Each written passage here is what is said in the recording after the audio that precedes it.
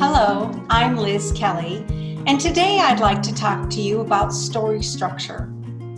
Every story, in and of itself, has a beginning, a middle, and an end.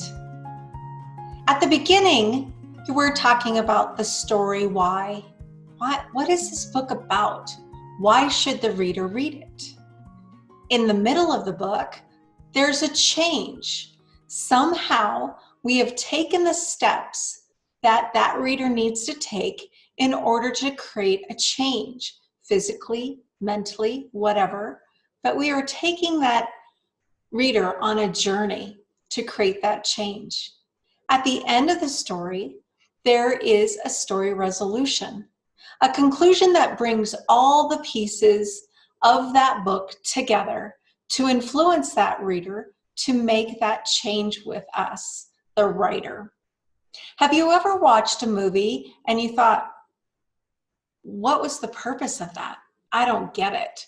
Or read a book and got to the end and thought, I don't know what to do with this ending. It's just not satisfying. If you've ever felt that way, then one of the story elements is missing in that story.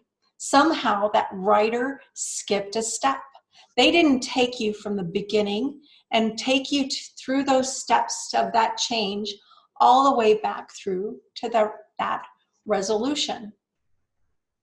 Let's think back to history. Let's think back to the great orators of the world, colosseums filled with people, and somebody, that orator, i.e. the writer, is telling that story and they're captivating their audience through their words and their actions. That's what a great book does. Think about the Chinese philosophers and their proverbs.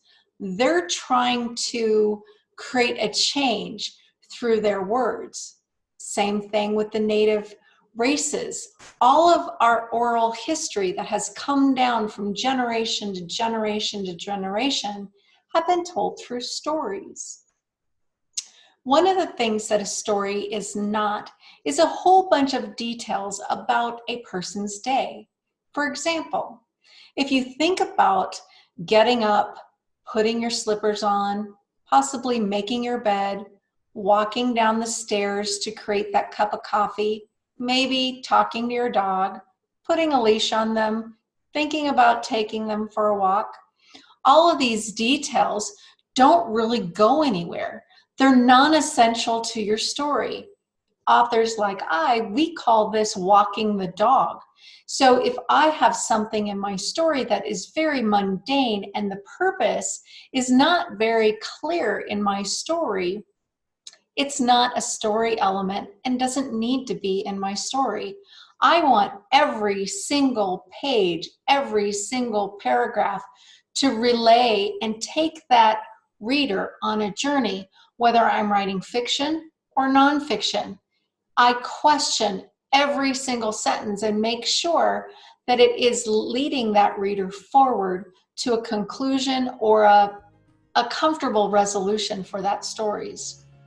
All stories start at a point in time. Then the writer uses facts, dialogue, prose to create that change for that reader. If you are the writer and you do your job successfully, then at the end of that book, the reader is satisfied. It's very important to look at your story structure and make sure that every single element within your story is taking that reader on a journey.